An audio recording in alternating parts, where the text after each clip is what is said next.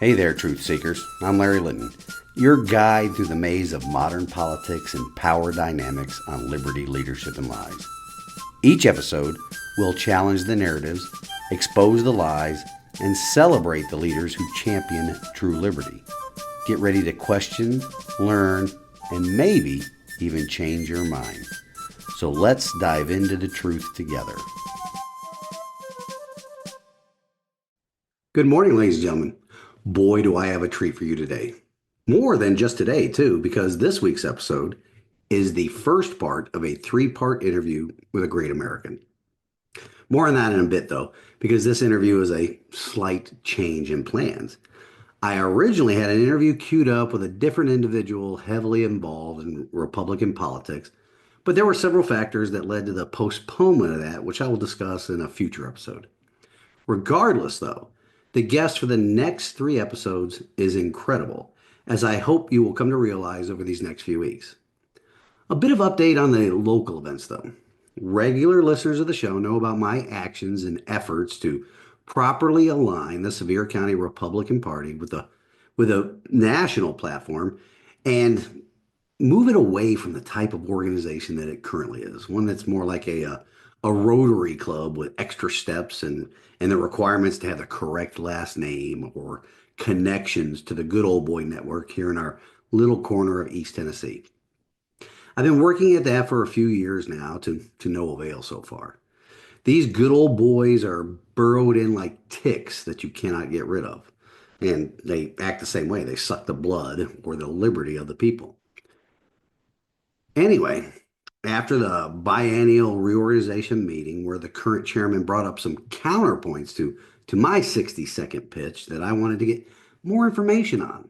So I requested that the secretary provide me with that information, meeting minutes and treasurer reports and the such.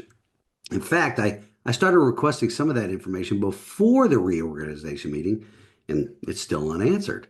It's almost as if they are trying to hide the information that will reveal that the chairman, along with the entire county executive committee, weren't being completely truthful in their statements they made during that meeting. We shall see how long they hold out, and if they do provide the information, just how much we can believe what they are saying.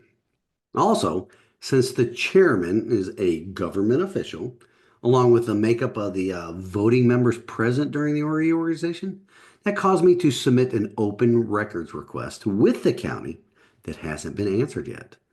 The reason for the delay, as well as the delay itself, may be in violation of the open records law here in Tennessee. More on that situation in future episodes. There's also something happening on the state level that somewhat ties in with the Sevier County GOP that is in the works right now in the General Assembly, and it's very disconcerting. And the chairman of the Tennessee Republican Party? Well, he's nowhere to be found.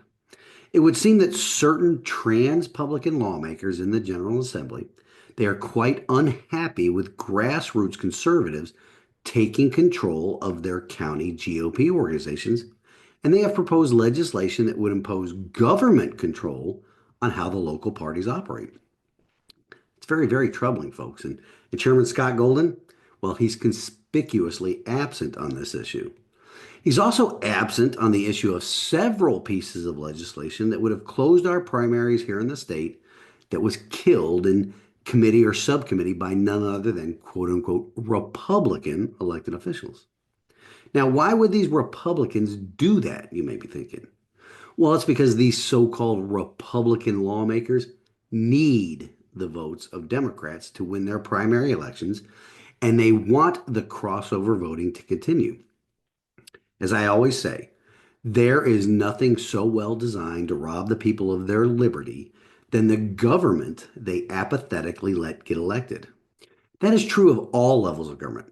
And I will point to something happening locally that bears that out in a future episode. For now, though, I would like to welcome Professor Stanley Ridgley to the program for the next three episodes. Professor Ridgley has a new book out that we'll be discussing throughout the interview as he lays out the con that is DEI, diversity, equity, and inclusion, that has become so pervasive in higher education here in the United States. So let's take a stand in the arena with Professor Ridgley this week, folks, and get on with the show. Welcome to Liberty Leadership and Lies, the podcast where we unravel the complex web of politics, power, and deception. Each week, we dive into the stories behind the headlines, exploring how liberty is eroded and the selfishness of our political leaders, as well as the lies that shape our world. Join us as we dissect the truth from fiction by examining the tactics used by the new aristocracy, the political class, at the local, state, and national levels of government as we dare to challenge the status quo. Get ready for thought-provoking discussions, exclusive interviews, and a journey into the heart of what really drives our society. Liberty, Leadership, and Lies, where your understanding of the world begins to change. Tune in every Monday morning and prepare to see beyond the veil. Hi, ladies and gentlemen. Welcome to Professor Ridgley here on the show. He's graciously designed to spend some time with you, and we're going to talk a bit about his books. But before we get started, Professor, go ahead and give a brief introduction of yourself.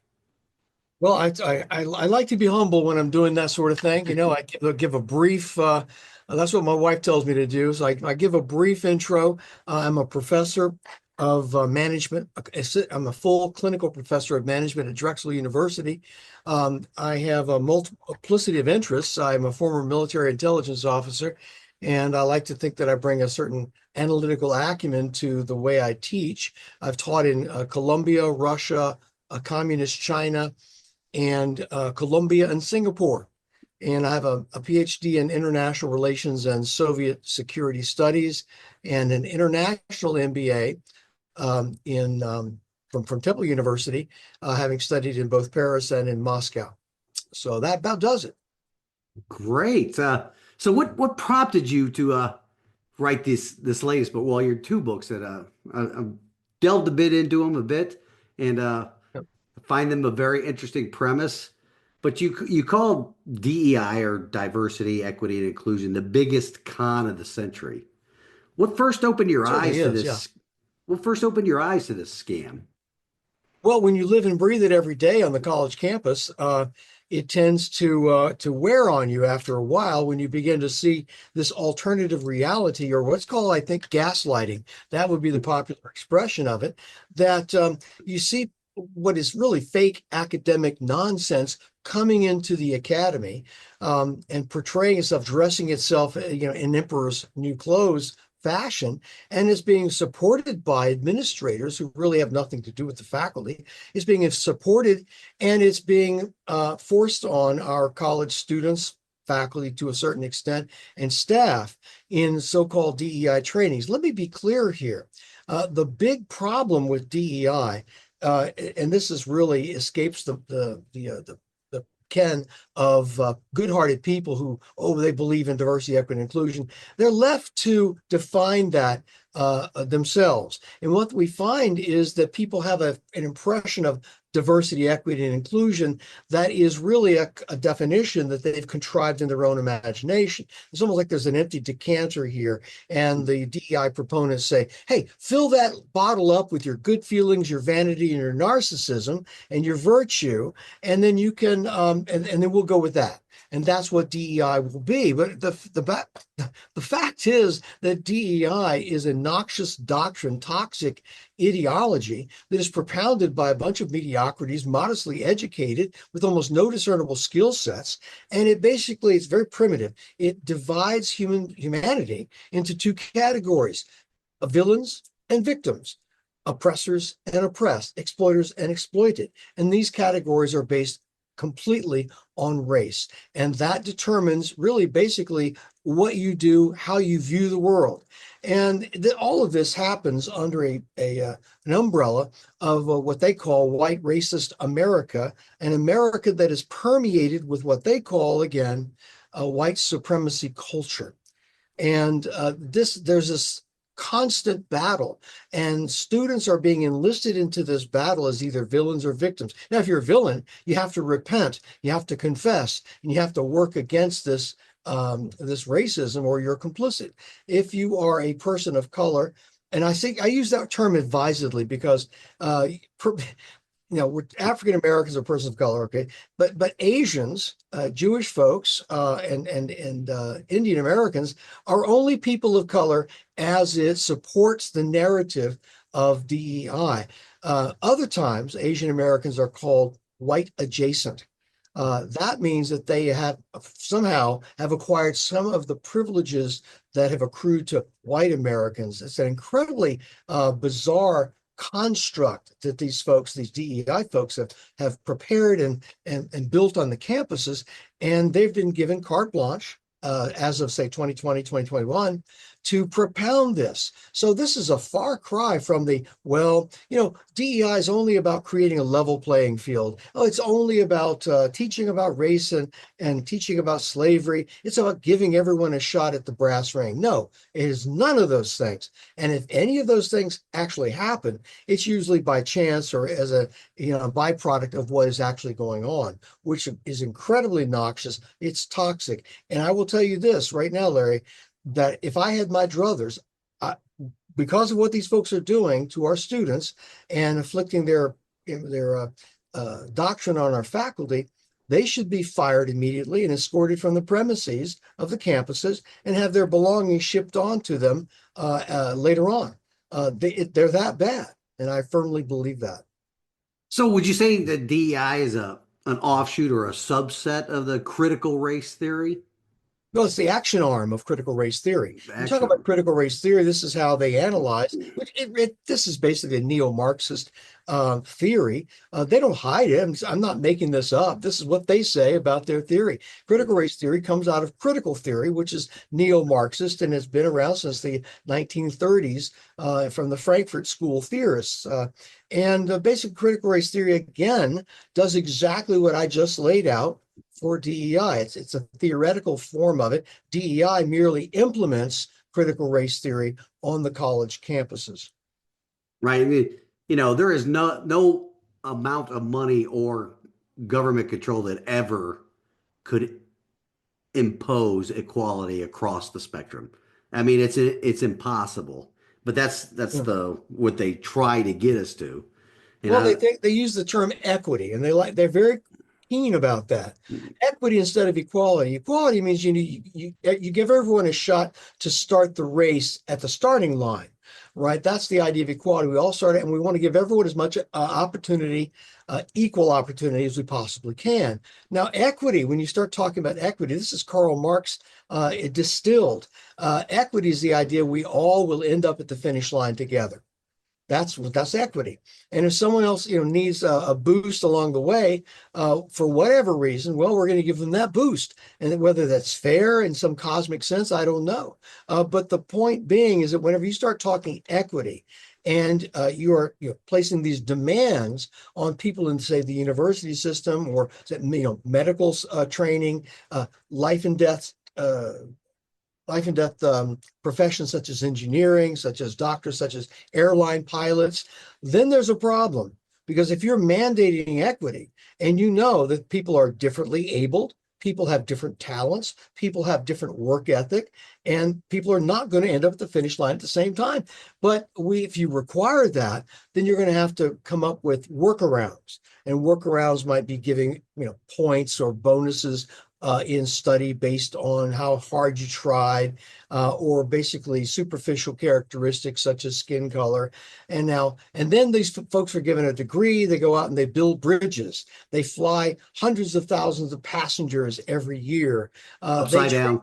Yes, they treat medical diseases, and they do so probably, and we don't have to search far to find examples of this in a substandard sort of way. My archetypical example, of course, is what happened last year with the tourist submarine. I know that you probably remember that. And this appears in my book, DEI Exposed, the example of the tourist submarine, where Sean Rush, who was the CEO of a firm called OceanGate, was tasked with building a tourist submarine. This would be a submarine that will go down in the Atlantic, and you could tour around in a private manner the Titanic, the wreck of the Titanic. Well, that's exciting stuff.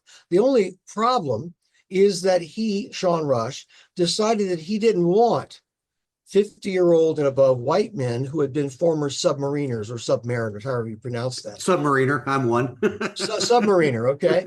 Submariner, and he didn't want that. He wanted someone who would be younger and inspiring. So he hired a bunch of female engineers to design this sub, which promptly imploded when it reached the Titanic. It was a millisecond, boom, imploded. This is the perfect example, the archetypical example of what happens when you begin to erect and lift DEI principles on par with the idea of merit, the idea of excellence and innovation, the idea of performing. And you say, well, it doesn't really matter if the person performs. What matters is social justice. Well, if you're doing something like gender studies, or you're doing something like I do, you teach, or you okay, maybe not much harm is going to be done. But when you're putting people's lives into the hands of people who may have been put there, who may have been selected by something other than merit and talent and wherewithal, then you've got a real problem. We saw that with the tourist submarine. We don't want any more tourist submarines. Right. Equity not only, I say it, not only hobbles the people with the merit or the talent and the skills, but it lowers the standards so the other people can even get to the hobbled merit people. So it's an exponential downgrade of talent and work ethic and capability. Well, it's demoralizing. It's demoralizing for folks who have to go through this kind of program. It's the military has seen that. I think that Defense Secretary Pete Hegseth is going to change this, where you've got separate standards for men and women. Well, the tasks are going to be the same. No one you're fighting on the battlefield cares whether wait. We have a normed, what's called norming. We have a normed opponent here who can't quite carry the weight or can't quite cut the mustard with regular standards. No. You're fighting the same enemy. The enemy doesn't care. If you are effectively lethal to your enemy to a certain degree, that's the measure. It's not like, well, okay, you can't do that. Well, we're going to let you in under a lower standard. Even though you're going to have to perform to a higher standard when you get into actual combat. The actual standard, they don't care about your ability to try hard. They care about what you can do. And when you face an enemy that is relentless and ruthless, we're going to find out that the people you've let in are these lower standards are not only going to falter, they'll probably die and get someone else killed. And that's the problem with it. As you said, it's a problem with holding everyone back. Okay, if you said, well, since we know that a third of our people in this particular cohort cannot perform according to the standard, we're going to lower the standard for everyone so that everyone can reach that finish line at the same time. And and I said it was Karl Marx. I think he wrote this, and this is one of his most famous dictums in I think it's the Critique of the Goethe Program, 1875. He said this. He said, from each according to his ability to each according to his need, which is a beautiful sounding statement, I suppose, from each according to his ability to each according to his need. Well, that covers up an awful lot in terms of talent, in terms of grit, in terms of working hard, in terms of the desire to go above and beyond what is required. It was the very first, I think, clearest exposition of equity that we can find. And I think you see how today's equity gurus are drawing right upon Karl Marx to make their points here. Absolutely. Now, your book argues that DI nearly toppled of higher education. Yeah. How close do you think the universities came to the irreparable damage? And are we out of the woods yet? We've come very close to irreparable damage. I think that the only thing that halted this is the new Trump administration's Department of Education, the Department of Justice, and the Office of Civil Rights. I think that we saw a clear declaration by the administration with his executive orders in the first week of his administration regarding DEI in government, DEI in the universities, and with regard to with regard to anti-Semitism, which is really an outgrowth of and supported by, if not fellow traveled by, DEI. We came very close. If there had been a different result in, say, last November's presidential election, we would see a doubling down, but there would be no purging of DEI. We'd see a doubling down. We see even more of these people. And when I say these people, I'm talking about the cadres of people who were brought into the university when the doors opened as a result of the George Floyd riots of 2020, I'm sorry, and on into 2021. A bunch of mediocre people, modestly educated with no discernible skills except to do the work of anti-racism, as Ibram Kendi would say, and to come onto the campuses and do nothing but train people into this odious, nasty, toxic ideology of a primitive Manichaean good and evil. This is what it is. It's a very primitive ideology. I'll give you an example of what results from this. Now, you and I, Larry, we walk down the street and we see a stranger coming down the street towards us. And the only thing we can tell about the person, perhaps, if we're inclined to do so, make those kinds of judgments, is his clothing or her clothing. His clothing, her clothing. And we do make these kinds of judgments all the time, right or wrongly. That's the only thing we can say. And we probably don't really care. That person goes on their way. But right, because it's how they choose to present themselves. Yeah. And no one really cares. I mean, it's a world of perfect strangers, and you go about your business more concerned with your family, with your friends, with your livelihood, with your job, that kind of thing. Now, when a DEI or critical race theory adherent walks down the street, some student who's gone through one of these training sessions, and they see the person, what they see is race. They're trained this way. That's what DEI actually does in operation. They're trained to see race. They see a villain or a victim. They see an oppressor or someone who is oppressed, an exploiter or an exploited. They see evil or good. This is what they say. Okay, my book doesn't connect the dots, and draws. No, my book simply reports what they are saying. Most of my work in both of my books, recent books, are basically acting as a conduit for the noxious doctrines that these people propound, because they are under the radar right now. If you ask the average person, well, what about DEI? Oh, I love DEI. Who could be against diversity, equity, and inclusion? These are such wonderful sounding, positive valence words. Well, of course they are. And you are left to yourself to define them as you see fit. I wish I had $1 for every person who has actually tried that. Well, if you knew what DEI really was or really is, you would understand that it's necessary and then they come up with some sort of definition or some sort of activity that they believe that DEI actually means. This is really fascinating for someone who is I've read this stuff. I know what it's all about. I know what they're doing on the college camp. I have been through their programs. And so I hear these people who try to tell me, and probably you, from this moral high ground that they position themselves on, oh, DEI, I have to laugh at that. I say, you have no clue. You have no idea what you're talking about. And then when I try to tell them, they simply don't want to hear it. In fact, one of the responses I get on campus, I've gotten from a liberal friend of mine. He and I don't see eye to eye on much of anything except the noxious character of the bureaucracy. We don't like bureaucracy on the campuses. He says, well, what you said sounds really, really exaggerated. It's really out there, extremist and exaggerated, what you said. I said, look, all I've said is what they have said. I've not embellished it. I have not made it sound worse than it is. I'm telling you exactly what they say they do. And he said, well, it sounds exaggerated. Well, if it sounds exaggerated and you're hearing the truth, what does that tell you about the program? It tells you something extremist doctrine is being propounded on our campus, and that you have covered your ears, perhaps your eyes as well, and you simply don't want to hear it because it challenges the fundamental belief that you have that these people are somehow doing good. It's not moral, right, proper, and the right thing to do. It's not. And the sooner you disabuse yourself of that, the sooner we can begin to pull ourselves out of this complete morass that DEI has almost put us in. Absolutely. So you've also written that DEI has enriched thousands of these Yeah. hustlers while Yes. embedding bureaucrats in the academia.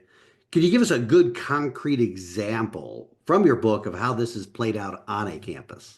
Let's say, yeah, I call it the grift. Okay, they're con men and con women, and what happened with this is wonderful for them. If you really want to admire a big con or confidence games, this is one to admire. It's one of the biggest ones I've ever seen. One of the most successful. The DEI people have been trying to get on our college campuses for more than a decade. Okay, longer than that. They've been scratching at the door, trying to get onto the campuses, but there's really nothing legitimate. It's completely illegitimate, academically illegitimate. There's no discipline behind it. There's no research that justifies it. It's simply a policy preference. Well, after the George Floyd riots, or while we're going on, DEI people saw their chance. Social justice warriors of every stripe saw their chance. Gender warriors, LGBT folks, environmentalists, they all saw their chance to use the DEI as a wedge to get onto the campuses. And here's the pitch that worked for them. And if you recall, Jesse Jackson used to do this back in the 80s and 90s. He would run a protection racket with his Operation Push. And he would go to pick out a corporation and say, you know what? Nice business you got here. Be a shame if something happened to it. A nice donation to Operation Push will ensure that your business is safe and there won't be any protesters out there Monday morning giving you a black eye. And it worked. They shake down corporations right and left. Well, this is what DEI people did in 2020, 21. They said, nice university you've got there, Mr. President. Be a shame if some demonstrators came here and started burning it down. We don't want that. We can fix that. We can ensure that that won't happen. All you have to do is hire a bunch of our DEI folks, and I say, and for an expanding bureaucracy, and we'll make sure that you get credit for doing the right thing. You're doing something to solve rampant racism in America, even though you have none of it on your campus. And we'll make sure good things happen for you. Oh, by the way, it's going to cost a pretty penny. How much is it going to cost? Well, right now, the DEI industry is around $10 billion a year, $10 billion a year. That's with the B. And so what are the kind of salaries do these people receive if you're say a vice provost for diversity, equity, inclusion? Well, if you're in the University of California system, places like Berkeley and UCal and Caltech, places like that, and you're a top dog in the university DEI bureaucracy, you're receiving a minimum of $300,000 a year, a minimum of $300,000 a year. If you're at the University of Michigan, which has spent $250 million on diversity, equity, inclusion alone in the last 9 years, then you are making $417,000 a year. And her name, I should tell you, is Tabia Shavu Sellers. This is an interesting case because Michigan has been the kind of the guiding light, for the model program for DEI. They started theirs in 2016 under a fellow by the name of Robert Sellers. In 2022, he left that position. They did a nationwide search. And after this nationwide search, they came up with a person to replace him, Tabia Shavu Sellers, his wife. So he left making $431,000 a year, and she followed right in behind him at $417,000 a year last year. It is very lucrative. I saved the best example for last because the University of Virginia has been, let me back up. Michigan employs about 260 people in the DEI bureaucracy at that university. University of Virginia, the top two DEI people, they're provost, assistant provost for DEI, equity, inclusion, earn more than $500,000 apiece. I take that back. I made a mistake. They don't earn it. They receive it.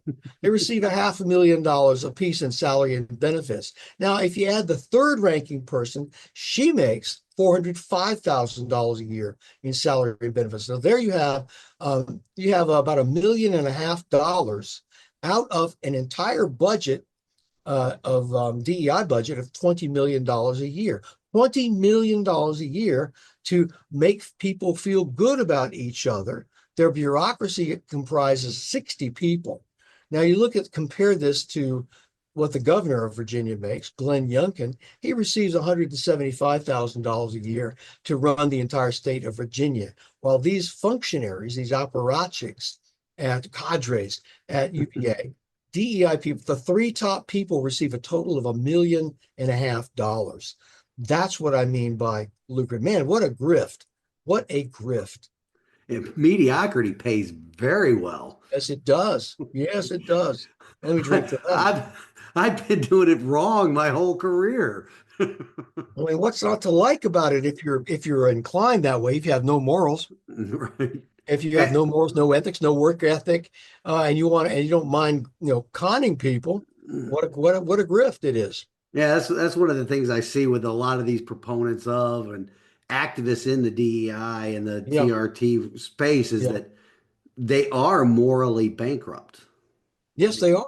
Anyone who would do this is why I said at the very beginning, anyone who would bring college students into a session, and this person that this is running the session is not an academic in any remote sense of the word. They're activists. They are consultants, DEI consultants brought onto the campus, and who would attack students for who they are based on their race, and even attack students who are non-white. They're attacking them by saying you don't understand that you're a victim, and that the people who in this room who are white people, they're the victimizers, they're the villains, and you have to act according to this alternative reality that we're presenting to you, not act according to how you've been brought up, your morals, your religion, your parents, your friends. Any life experiences that disconfirm what we're telling you here are simply not valid.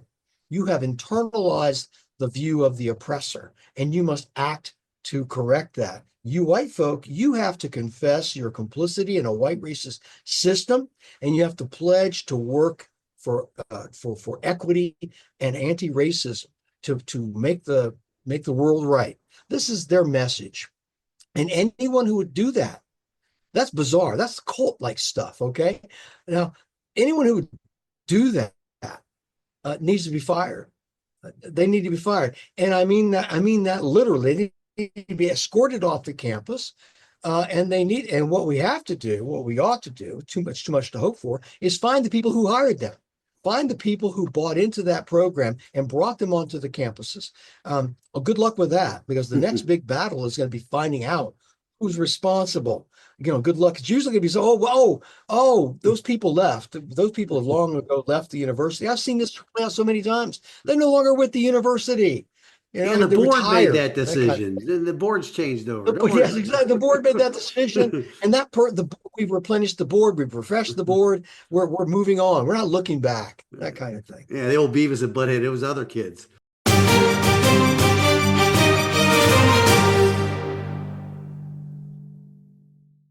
Well, folks, that will do it for this week. I hope you are enjoying it so far and that you will tune in again next week as we continue the conversation with Professor Ridgley. In the description of this week's show, I have put the links to Professor Ridgley's book on Amazon as well as his website. Be sure and pick up your copy of the book soon. Arm yourself with the information to counter all the quote unquote feel good and completely made up arguments that are used to prop up this con by those on the left. More importantly, for those parents that have children about to enter higher education, get this book and share it with your kids so they are better prepared to fend off the con artists at whatever institution of higher learning they will be attending this fall. Be sure and like or give the show a thumbs up on whatever platform you are watching or listening to the show on. Also, share it with everyone in your contact list. This week's wisdom from God's Word comes to us from the book of Ephesians, chapter 6, verse 10. Finally, be strong in the Lord and his mighty power. One of the best ways to be strong in the Lord is to get into his word. Make it a daily habit. You will find not only strength, but wisdom. You will also find the hope that is Jesus Christ. You can also stay strong by arming yourself with knowledge about the evil machinations of those on the left through books like those mentioned in this week's episode. So until next week, ladies and gentlemen, let's take a stand in the arena together. Reveille, it's time to wake up.